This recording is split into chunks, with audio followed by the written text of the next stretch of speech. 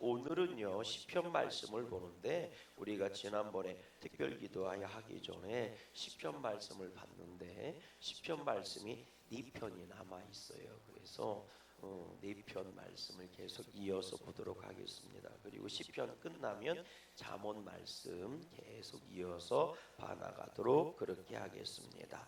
오늘 시편 147편 말씀 여러분들에게 은혜가 됐으면 좋겠습니다. 시편 147편의 배경은 이 배경은 어느 때냐? 우리가 성경으로 얘기하면 느헤미야라고 아시죠? 그죠? 느헤미야가 뭐예요? 예루살렘 성전 쪽을 향해서 기도하다가 그러다가 예루살렘이 다 회파되고 짐승들이 걸어다니고 성전은 있는데 그러니까 이스라엘 백성이 북이스라엘 멸망하고 남유다 멸망하고 그리고 나서 이제 포로로 잡혀갔잖아요.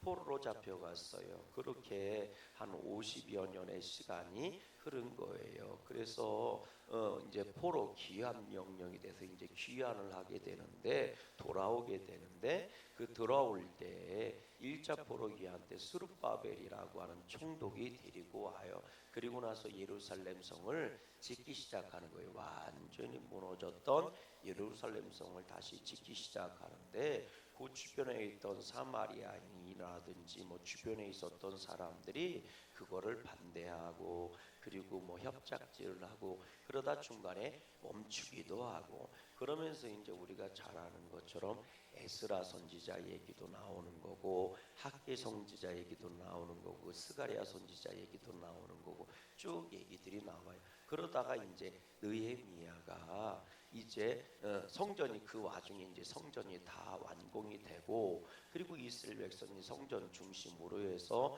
잘 회복됐으면 상관이 없는데 이게 이제 이민 갔다 온 사람들이니까 먹고 살기도 어려워지고 뭐 이런 거죠. 그래서 예루살렘이 제 기능을 성전이 제 기능을 발휘하지 못하는 거예요. 사람들이 거기서 살 수가 없는 거죠. 그래서 느헤미야가 쫓아오는 겁니다. 그리고 성벽을 재건하는 거예요. 성벽을 재건하니까 보호할 사람들이 나오잖아요. 보호할 수 있게 되잖아요. 그러면서 그곳에서 제 2차, 1차는 성전 그걸 만들 때고 2차 이제 뭐 하는 거예요? 회복 운동을 일으키는 거죠. 그게 느헤미야예요. 성벽을 다 만들어요. 그리고 나서 불려졌던 찬양이 시편 147편이라는 거예요. 여러분 한번 잘 보세요. 뭐라고 돼 있나? 우리 2절 말씀 보세요. 2절 말씀 시작. 여호와께서 예루살렘을 모하시며 세우시며 이스라엘이 흩어진 자를 모으시며 그죠? 성벽을 다 짓고 나서 이제 예루살렘을 세우신 거잖아요. 여러분 예루살렘이 원래부터 그렇게 큰 도시가 아니었습니다.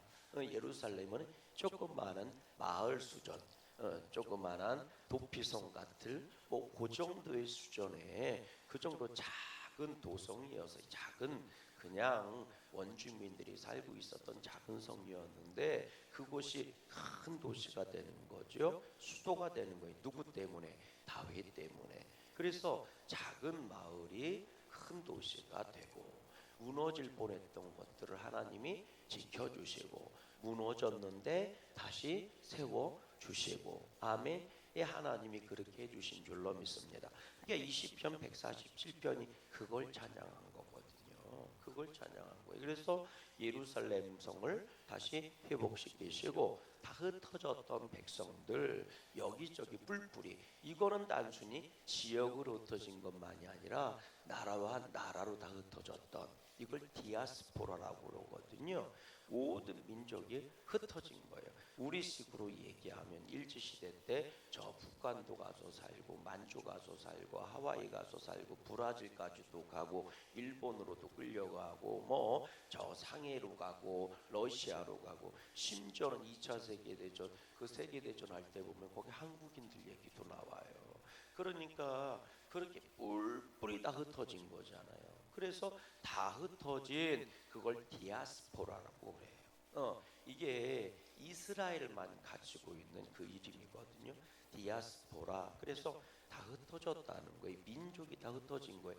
그래서 나라가 다 사라졌다가 그랬다가 지금 이스라엘이 다시 만들어지는 것처럼 그렇게 모든 백성이 흩어졌는데 예루살렘이 다시 회복이 되고 흩어졌던 백성들이 모여드는 거예요. 그걸 하나님이 그렇게 해주셨다는 거예요. 아멘이십니까? 그것처럼 우리 믿음의 성도들이요, 온 세계에 다 흩어져서 사명을 감당하지만 결국 천국 도성으로 다 모이게 되는 줄로 믿습니다. 하나님께서 새 예루살렘, 새 하늘, 새 땅, 새 예루살렘을 만드시고 모든 흩어졌던 모든 교회의 성도들을 하나로 모으시고 모든 나라와 민족의 예수 믿는 자들을 모아내시는 줄로 믿어요. 그래서 예루살렘이 다윗 때 만들어졌던 아주 작은 마을이 큰 마을이 됐고 무너졌는데 다시 회복시키시고 결국은 영원한 새 예루살렘까지 만들어 가신다는 거죠. 근데 여하튼 자 보세요. 여호와께서 예루살렘을 세우시고 흩어진 백성을 모으시고 또 보세요. 뭐라고 돼 있냐? 13절 말씀 보세요. 12절 13절 말씀 시작. 예루살렘아 여호와를 찬송할지어다. 시온아 네 하나님을 찬양할지어다. 그가 내 뭐를 문빗장을 견고히 하시고 네 가운데 있는 너희 자녀들에게 복을 주셨다. 문빗장을 견고히 하시고 그럼 느헤미야가 성벽을 재건하고 나서 문을 다 이렇게 다는 장면이 나와요. 문을 다 이렇게 다는 장면들이 나오거든요. 그러니까 이미 예루살렘에 문이 있다는 거예요, 없다는 거예요? 있다는 거죠. 그래서 이걸 가지고 이 시가 쓰여진 배경을 유추할 수가 있는 거예요. 무너졌던 예루살렘이 다시 세워지고 그리고 지금 뭐가 있어요? 문빗장이 있잖아요. 그러니까 우리로 얘기하면 남대문, 서대문, 동대문이 있는 거예요.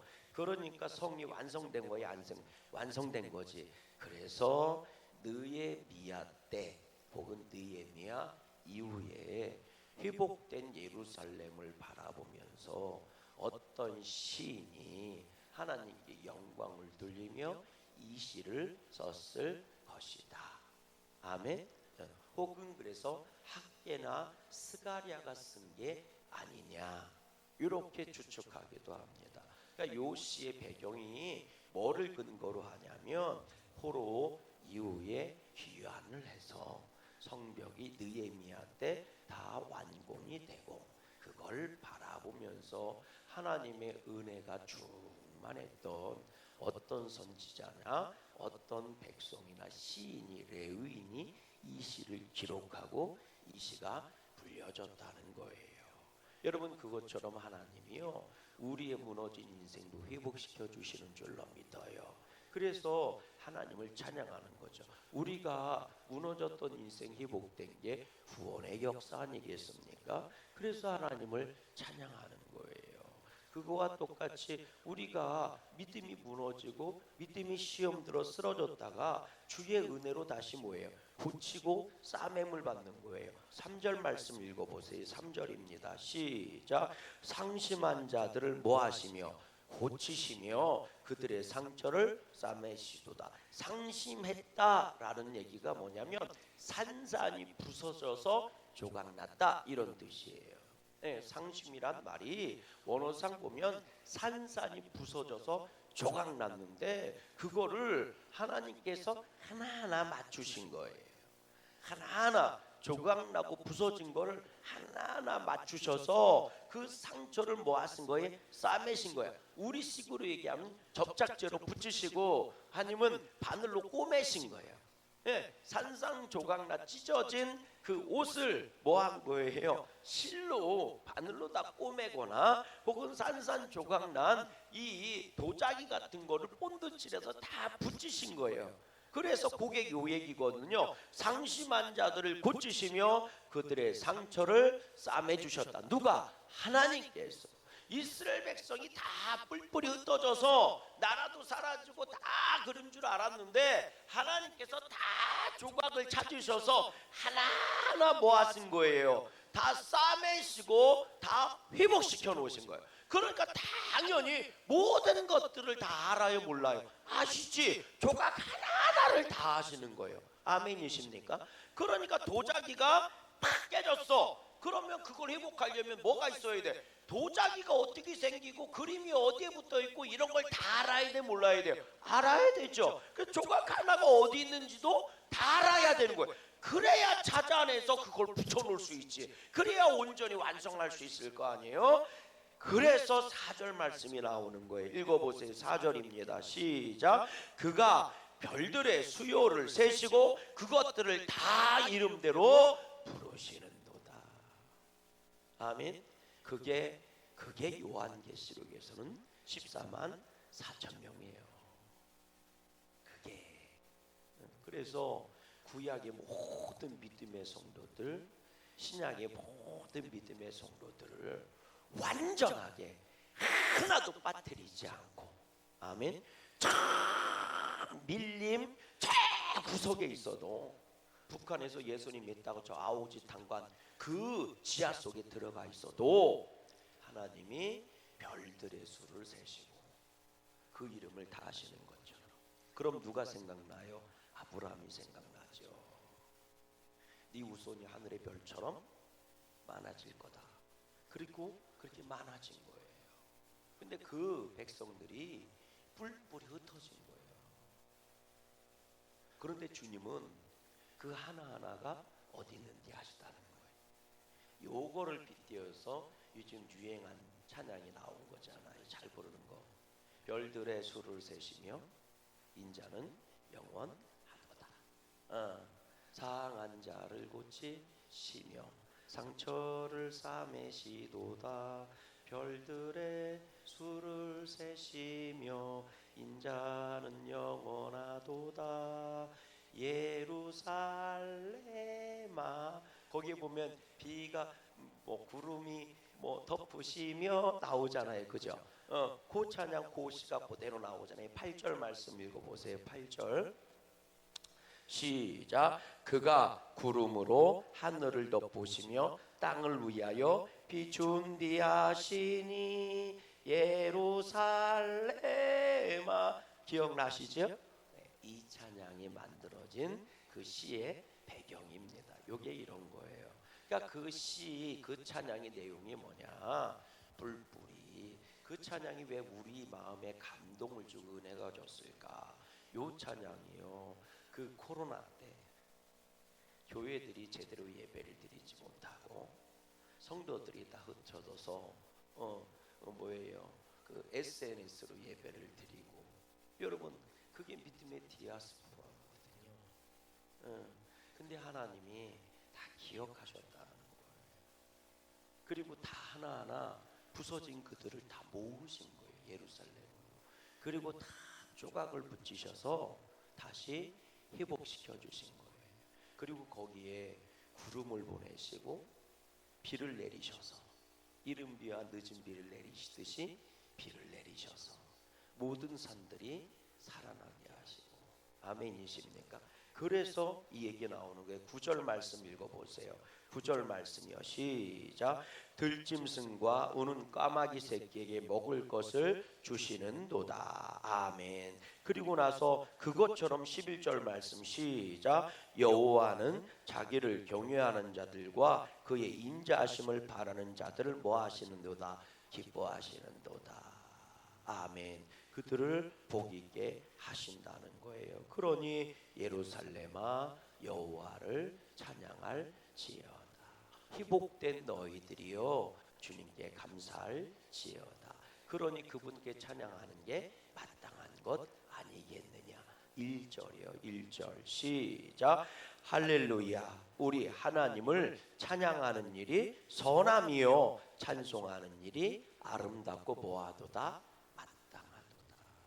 그런 하나님을 찬양하는 게 마땅하도다. 하나님은 우리가 가지고 있는 힘과 우리가 가지고 있는 능력과 우리가 가지고 있는 재주를 가지고 회복시킨 게 아니라 당신의 사랑과 은혜로 회복시키셨다는 거예요. 여러분, 내 믿음이 산산조각 나듯이 상심이 찾아와도 주님은 나를 잃어버리시지 않습니다. 내가 보잘것없는 조각에 불과해도요 주님은 내 이름을 아신다고요. 그 별들의 수를 세시는 것처럼 나를 아시고, 그리고 주님이 그 허락하신 새 하늘과 새 땅 새 예루살렘에 조각으로 불러주셔서 그곳에 붙여주시고 완성해 가신다는 겁니다. 그런 이걸 알고 있는 이들이 그 완공된 예루살렘 도시를 바라보면서 예루살렘아 우리가 여호와를 찬양하는 것이 선하고 아름답고 마땅하도다 하고 찬양하는 거죠. 그것처럼 하나님이 우리 양구감리교회를 완성해 가실 줄로 믿어요. 그것처럼 우리의 믿음을 완성해 가실 줄로 믿어요. 그리고 구름을 덮여 주시고, 그리고 비를 내리게 하시고, 그리고 모든 산들에 나무들이 자라게 하시고 풀이 자라게 하시고, 그 안에서 들짐승과 까마귀조차도 생명이 살아나는 놀라운 역사가 있을 줄로 믿어요. 오늘도 여호와를 찬양하는 복된 저와 여러분 되시기를 주님의 이름으로 간절히 소망합니다. 하늘에 계신